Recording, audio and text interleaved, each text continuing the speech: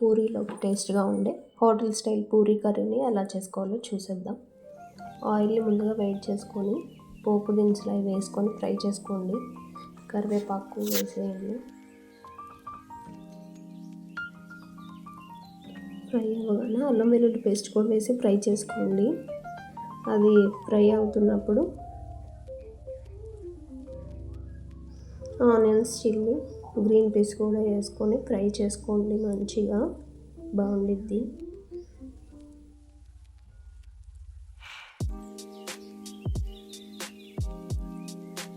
అవి fry అవుతున్నప్పుడే salt ఇంకా పసుపు వేసి కొంచెం సేపు ఫ్రై చేయండి.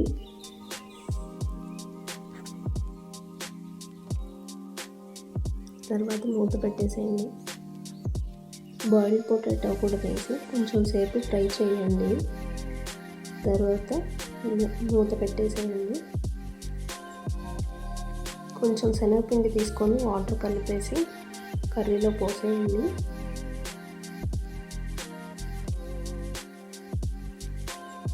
అట్లా మంచిగా బాయిల్ అయ్యి మూత పెట్టేస్తే లాస్ట్లో కొత్తిమీర వేసేసుకొని